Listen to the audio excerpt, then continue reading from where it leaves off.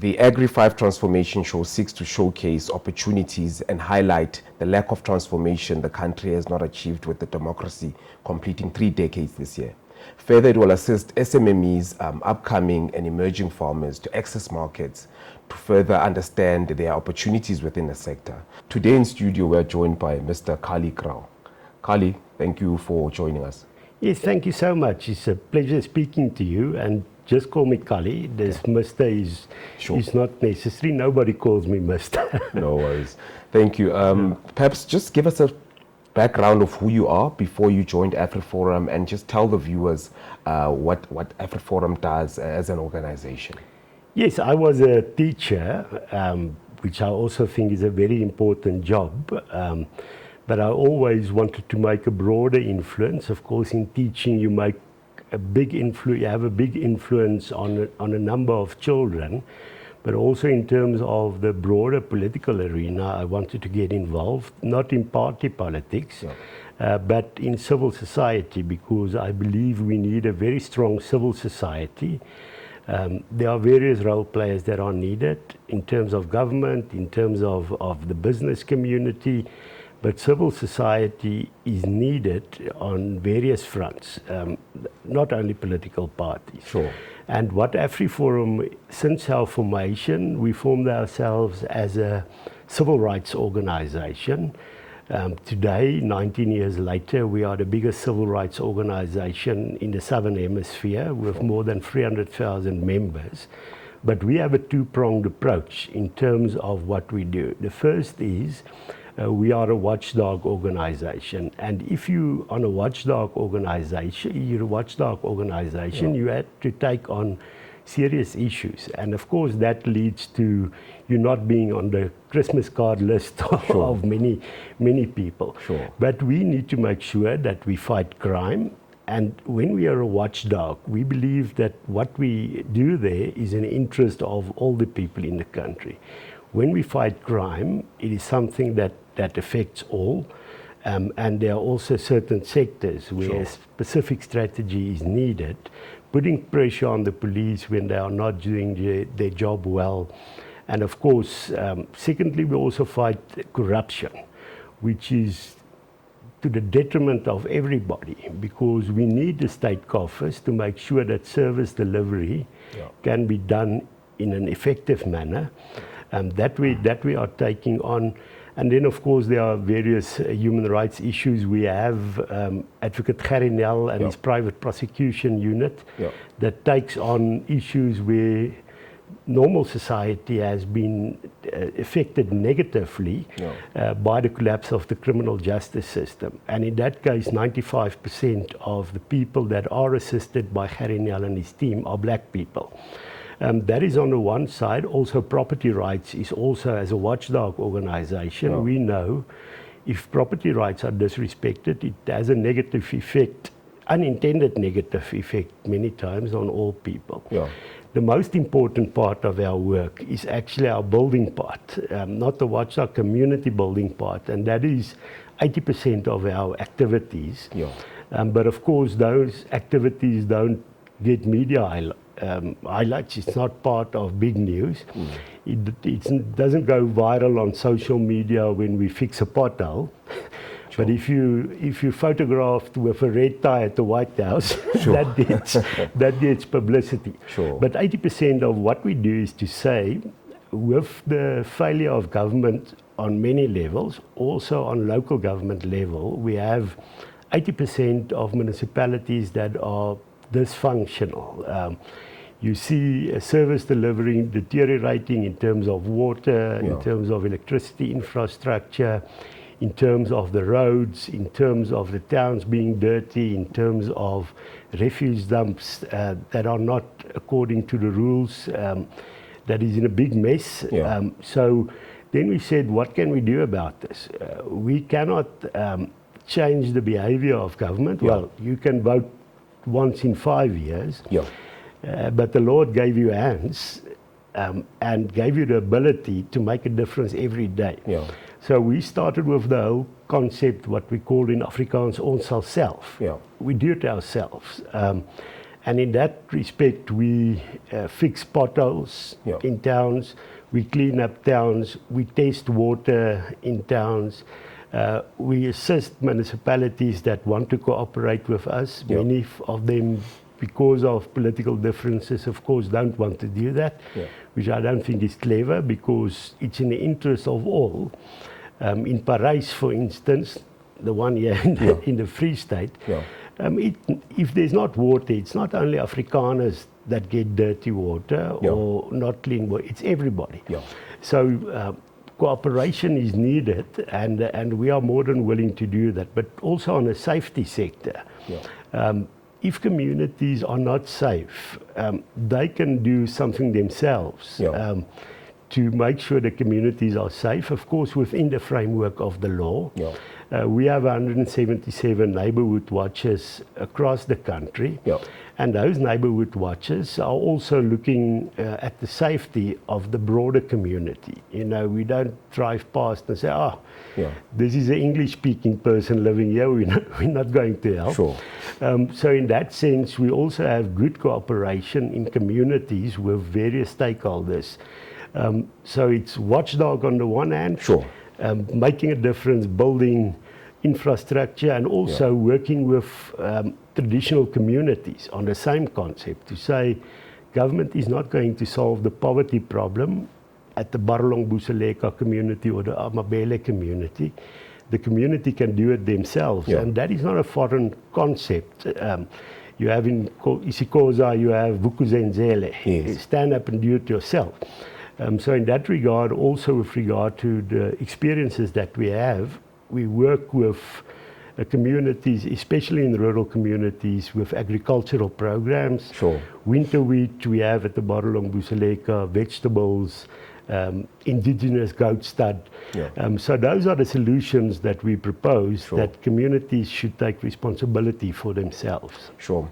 So AfriForum, Kali, speaks about white genocide. In my view, South Africa has a crime problem. It affects all races. Don't you think it's a bit incorrect to place it under white genocide, as if only white people suffer from crime, when stats completely say that all South Africans are affected? I'm actually glad you asked that question, because we've never spoken about white genocide. Actually, what we've seen is there is a coordinated attack from the left media establishment in the country, and trying to say many things that AfriForum would have said according to them. That's simply not true. You know, the last month or two, they spoke a lot about the misinformation AfriForum is spreading. But if you ask them what misinformation, there are no facts. They then mention white genocide, but we took a number of media institutions to the press ombud. The latest one was Sunday World, that said we promote the concept of white genocide, and the press ombud found against them. They had to apologize to us.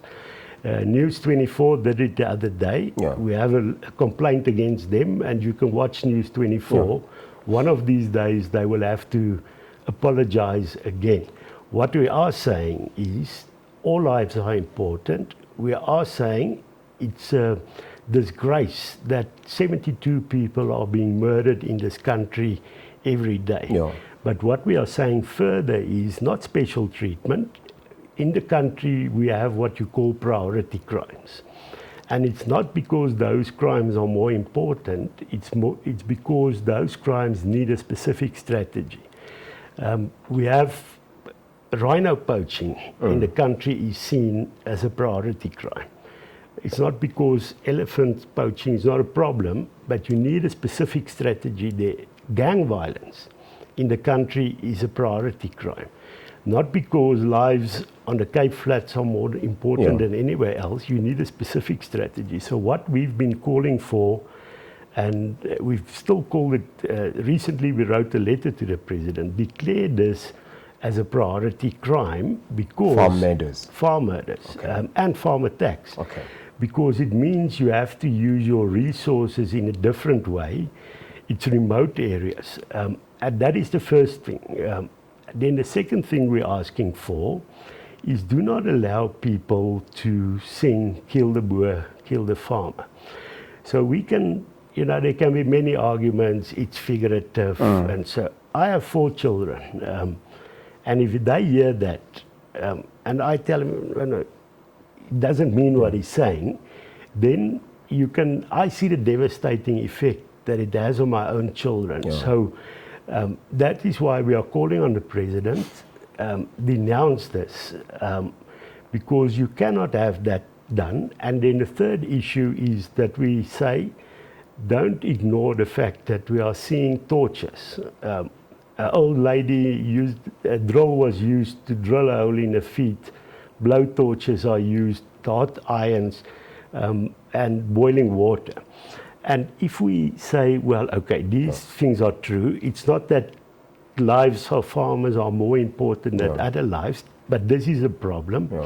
Let's address it. And then you have the president going to New York and saying there are no farm murders. So we have these polls, you have farm murder denialists, and if you are worried about it, people accuse you of misinformation. The answer is in the middle. I think no one is actually denying the farm murders. I think it's that word that I use, the white genocide, and I'm happy that you say there is no white genocide, but obviously there's an issue around the sector. So regarding Johan van der Merwe's submission to the Portfolio Committee on the expropriation bill in 2020, he indicates, from my understanding, that there is no issue with expropriation of land with compensation, but the issue more lies with the powers that are not clear that are given to the minister. Is Johan correct? Is that the position? Yes, most definitely so. The fact is, people that take a stance against our position, they always use the argument to say it's actually common in the world that countries do have an expropriation act. Of course it's common in the world, because such acts are needed in some instances. But the problem is, so you cannot reduce this now being against such an act. The problem is what is in the act. So if you say that there can be expropriation with no compensation, that is not something that is common in the world. You'll only find that in places like Zimbabwe and Venezuela, and we've seen what the consequences of that would be. The other problem, it's not only the minister that is given the right to expropriate. You have all these what they call expropriation agencies, which means even a municipality. So you might have a very radical, corrupt municipality that simply expropriates land, and then they could say, but then people say, no, but they cannot do that. Then they refer to Section 12 that gives four examples of when it can be done. Point 12, 1 and 2. And 12.3 also. 3. But people don't read what is on the top of that. It says including but not limited to. So it is an open expropriation mandate. So it means a radical municipality that just wants to grab land to enrich themselves can do that, thinking to simply get their own reason to do so. And that is the major problem that we have with the Act. There are, of course, others, but I might answer in other questions that you might have. Maybe let me go to, because I was going to line up that question later. Maybe let's discuss it now, because we're touching on no compensation. So no compensation then starts stipulating that if the land is not in use, so the owner is holding on to the land for value appreciation purposes. Secondly, the owner has got taxes and rates outstanding on the land. And the third one then stipulates that the land is not correctly used as categorized. So these are the 3 nil compensation issues. I think then government comes and says, we want to use it to benefit the community.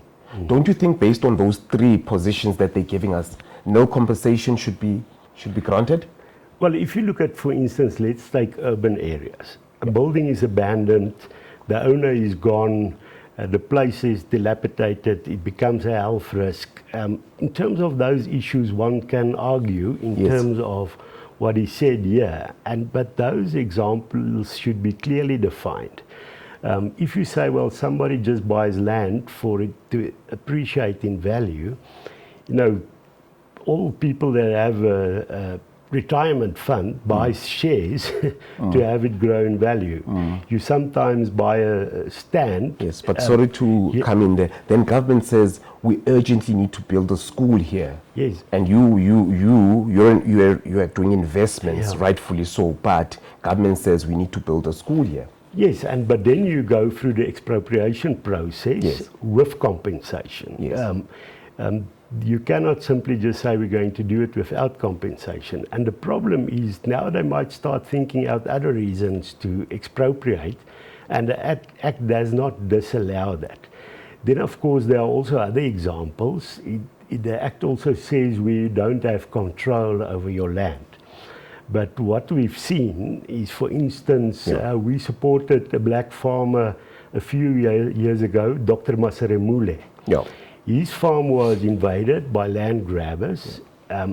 They stayed there illegally, and this Act says, well, if you don't have control over your land, it can be expropriated with zero compensation. So should Dr. Maseremule's land be expropriated with zero compensation because he asked the police to assist? They did not help. But in the end, AfriForum did assist when he requested to do so. We won the court case. That we had to do with our own funds. Then people who were on his land, they had to be removed. Government did not do that, and they had to pay with our help, a further R500,000 to vacate that. So if you're going to say, well, if you don't have control over your land, then the government must play its role. Yeah. But I think the main issue here on that section you're referring to is that it is open-ended. It says, including these examples that you've mentioned, but not excluding any... not limited. But not limited, Okay. yes. All right. Johan van der Merwe, in that bill submission, he further argues that expropriation of land will affect all religions, race, and cultures. Yes. And for me, when I read that, I think it was incorrect. I want you to assist me because I'm of the view that the poor are poor. You know, expropriating something that they don't have, how can it affect them at the most? It would rather affect the one that had. Yes. Let me tell you, I don't have land. Yeah. I don't have property on my name. Sure. So the only farming I do is a tomato I try to grow in my backyard. Sure. Without success. But that would negatively affect me as well. Sure. And it would affect all people because what happens if you have disrespect for property rights, capital flees, investments go away. Yeah. Not only investments that say it openly and strongly like the US, even the Europeans that portray themselves as very loving towards South Africa, they would continue to be loving, but their money will be gone. And with that we've seen in Zimbabwe. So what happens if capital flees? You have hyperinflation to a point where Zimbabwean currency, even the currency poor people had, they had the money today, tomorrow it was worth nothing. You have joblessness growing to 90%. You have poverty levels growing. People going to shops, not being able to find food, to buy food. Even if you're very poor and you have little money, even that little money couldn't buy food for you. So that would be, well, we are seeing a few million Zimbabwean people fleeing the country to survive. And that, not all of the millions of people that have come here were farmers or people that own land. They are people that had to flee the desperate economic collapse that we saw in that country. So if we are fighting against that what happened in Zimbabwe, happening in South Africa, that's an act of loyalty. You know, people say we are disloyal, some people, of course, just in the political elite. saying we are disloyal. What I believe is disloyal if you know what the consequences would be. And you're using the guise of we want to assist poor people, well knowing that you will negatively affect also poor people. The only people that would benefit from this would be the political elite. We've seen with the Restitution Act that we believe is the solution. We support that. But with land redistribution, there are numerous examples where land was given to politically connected people. And if we don't get away from that corruption, and it's not me saying so, no, the left media establishment would say this is misinformation. One can go and read former President Kgalema Motlante's high-level report on land reform. 2017, it was published. It says the problem with restitution failing is lack of ability from government, lack of administrative capacity, and also then corruption. So now we are seeing restitution, that is, we support restitution because we have inequalities in terms of land ownership, but that process can work. Now it doesn't work because government is failing, and now they don't want to say we take responsibility but we'll fix it. They just say no, the problem is legislation or the constitution, and this will also fail, but it would have a detrimental effect on everybody. They don't give ownership to specific individuals. They are nationalizing the land and give you the right to use that land. And our sister organization, SAI, which is an agricultural organization, have assisted the numerous black farmers that had the right to use land, were kicked off, politically connected person put on that land. Why does it also fail? If you don't have title deeds for your land and you want to then start farming, you don't have resources, you have to go get a loan for input capital.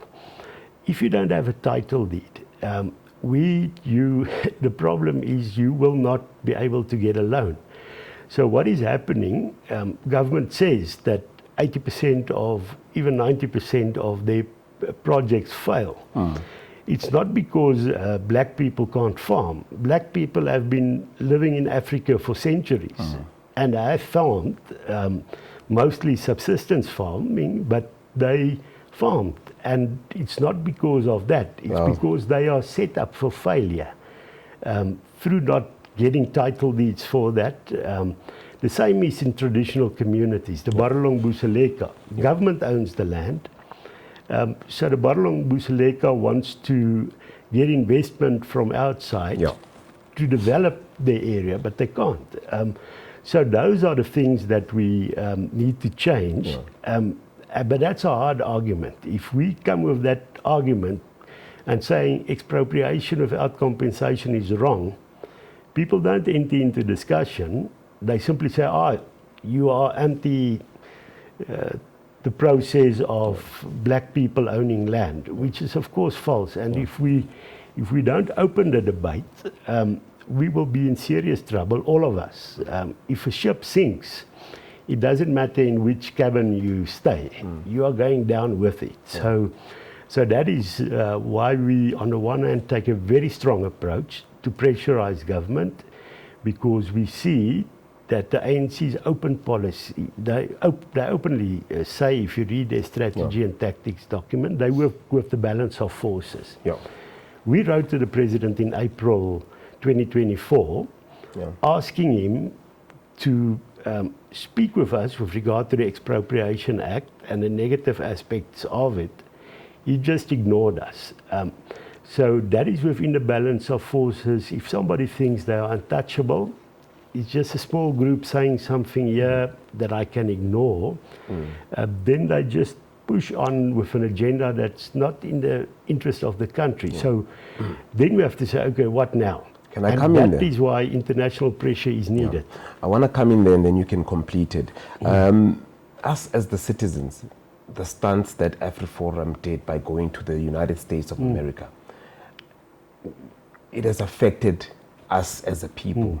There's a lot of pushback from America. We don't know how far that's going to go. Don't you feel your stance was a bit too much at this time? People that feel negative, and I understand that feeling, because they were exposed to false news about our visit. And anybody can go to our website, even in 2018, when we started engaging with the US, it's on record that we said, we want to save AGOA, we want to save the US's assistance to the country. But our approach is, if we look at AGOA, and that will affect not only farmers, it will affect workers, it will affect people that get social grants, because if companies fail, they don't pay taxes, and there's less money available to grow social grants. So that needs to be saved.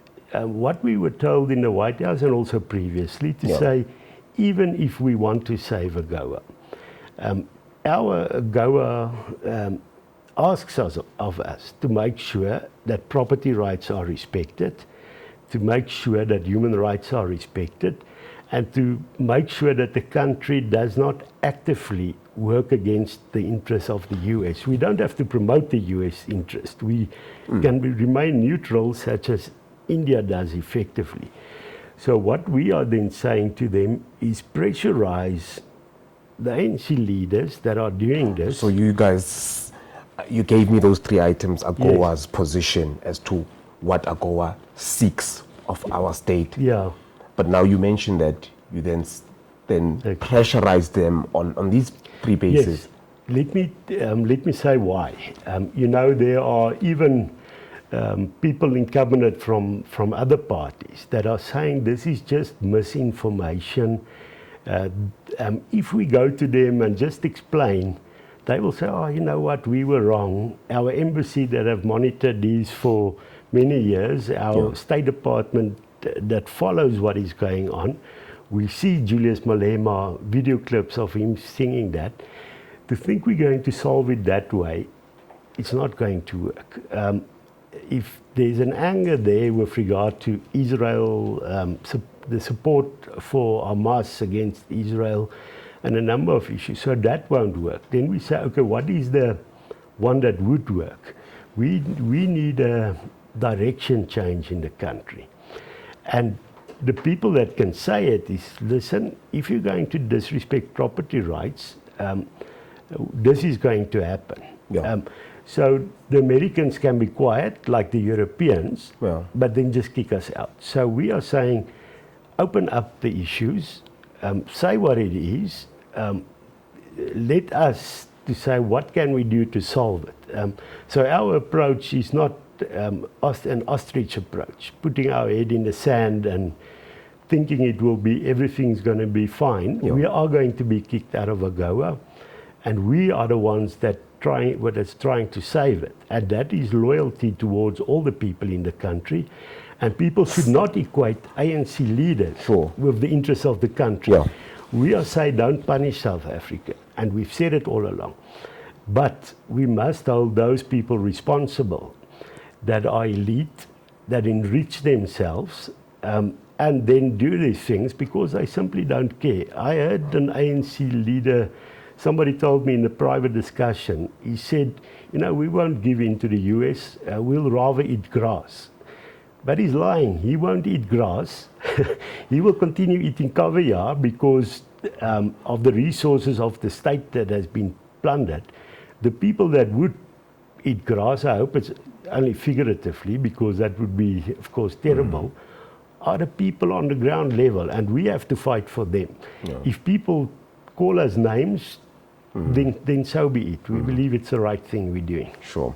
No, thanks, Carl. I think just to add in there, you know, AGOA threatening to pull back and that, I think we have to be very careful as a collective, you know, the things that we we go and put out in there, they sometimes do happen, and then we have to rescue them, like you say, you want to rescue. So I think, that's our concern on our side, yeah. If I can just say on that, remember, the Americans can read. When we speak to people there, they tell us, we saw this video footage of Julius Malema in a filled-up stadium singing Kill the Boer. They tell us they saw when senior ANC leader, Nomvula Mokonyane, said that Santon Drive should be changed to Leila Khalid Drive because the US consulate is there, and they know that Leila Khalid was a person that hijacked American planes.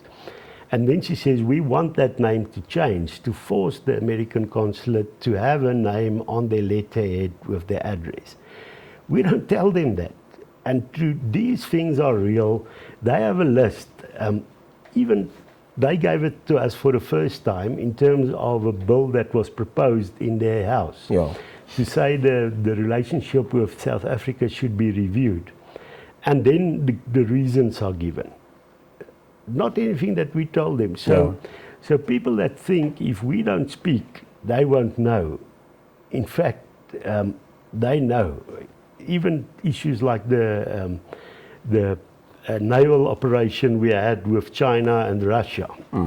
It doesn't mean Russia and China, we can't do business with them. India is a part of BRICS.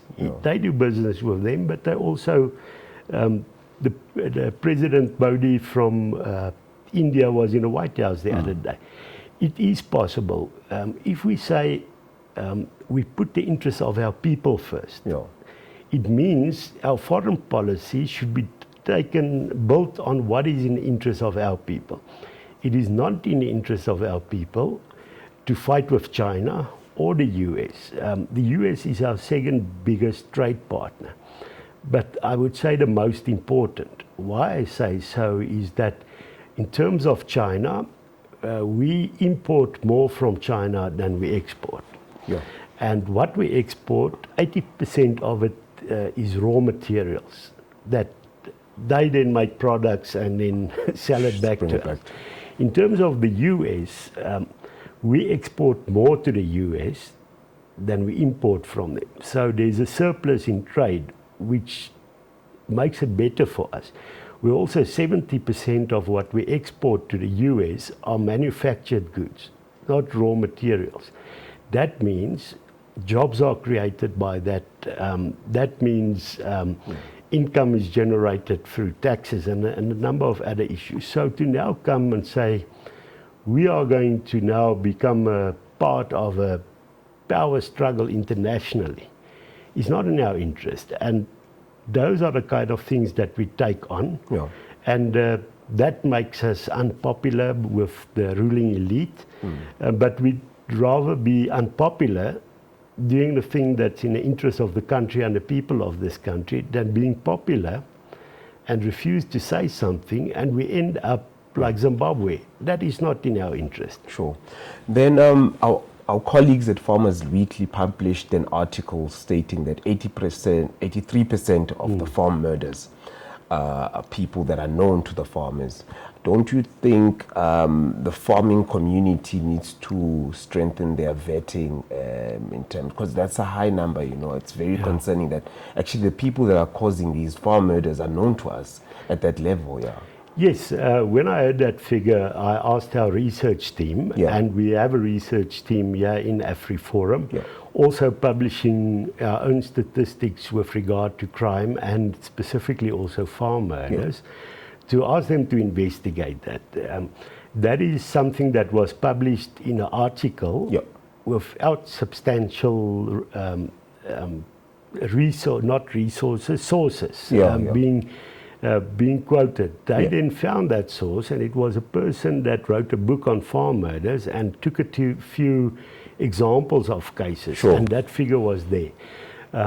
But let me say what another source is, and it's a source that's not AfriForum. In 2003, former President Mbeki, when he was still president, set up a committee on farm murders and farm attacks. to investigate it, and they drew up a report. And if you look at that report, it says that in their investigations they found that 1.6% of farm murders are labor related. Okay. So it's a fallacy of people that are farm murder denialists to try and now say, you know what, farmers deserve this. It's their own people killing them because they treat them badly. That is a fallacy. Of course, so those are the kind of things we need to address. Yeah. But I think most farmers know that it's morally right to treat your workers very well, yeah. and to make sure that the dignity of all people are respected. Yeah. And I think that is happening on a large scale. You know, sometimes people say, no, farmers are doing this, but Yeah. if farmers are doing that, you can go to the Department of Labor. So it's easy to make sweeping statements. What we are saying is, give us examples, and then we can work with those examples rather than sweeping statements. Sure. So what more can be done, Carly, to prevent these farm murders? For the farmers watching at home, what is it that they can do better on their farms? Yeah. Yes, and of course, it's not only farmers. In many cases, it's also farm workers being directly affected by the violence, being victims themselves. Or if the farmer dies, then of course the workers lose an income. What can be done? There are a number of things. I think when we have this scourge, or any other scourge, we should make sure that we take on people that promote and call for violence. If somebody says, kill the gangster, or the gangster should kill another gang openly, they should be taken on. In the same sense, we cannot allow a situation where people say, kill the Boer, even if they say they mean it figuratively.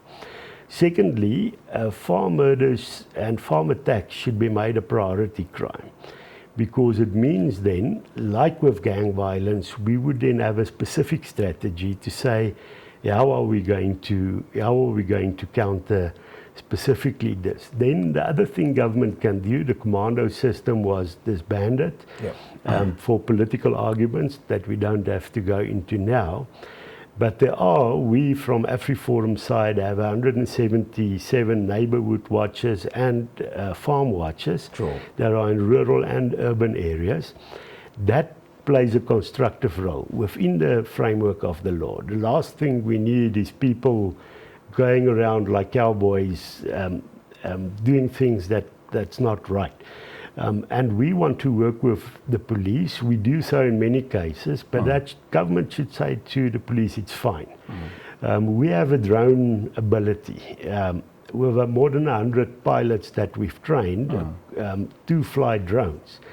That can be an asset to the state or to the police if they say they want to work. But fortunately, on grassroots level, most of the police stations realize they need partners, we need partners, and then we can cooperate. And then the last thing is that in terms of farmers, should also make sure that they are able to look after their own safety. AfriForum, we have a whole safety department that runs our neighborhood watches across the country, but we also have research, and we can do a safety audit. We go into a place, we look what the safety situation is and say, well, we think you can do this and this and this to improve your safety. We also have a document that we believe provides guidelines on safety. So it's everybody's responsibility, not only government, but I think the first thing would be not for the president not to deny farm murders, to say it's an issue, we want to do it. It's a responsibility of civil society. AfriForum is willing, and there are many other farming organizations that are willing to do so. And then each individual farmer and farm worker should make sure that they do what they can to keep themselves safe. And then lastly, for the viewers, how can they get a hold of the AfriForum? Yes, well, of course, people can join us as well. So you can go to our website. Sure. It's afriforum.co.za. Sure. There's also a button. If you want English, you can go to the English button. And I must say, you will see when you fill in the application form. I don't know if you saw it when you filled it. No, I didn't open it. no, I'm just joking. Sure. But you see, there's no criteria Sure. to say you have to weigh 105 Sure. kilograms, you have to have a beard, Sure. you have to be an African with a light complexion. Sure. Those things are not there. Sure. So anybody that supports our cause is welcome. Yeah. We're also open about it that most of our members are Afrikaners. Sure. We're not ashamed of the fact that we take on issues that are of importance to Afrikaners. But what is of importance to Afrikaners are also in many cases of importance to the majority of people in this country. And like the businessman Anton Rupert, the late Anton Rupert said, Sure. we realize that you cannot sleep safely if your neighbor is hungry. Yeah. And that is why we are involved in agricultural projects in rural communities, black communities, cultural communities. We have to tackle these issues. It's also in the interest of Afrikaners, but in the interest of everybody. No, thank you so much, Kali. Really appreciate it. Thank you. It was great speaking to you, sir. Thank you.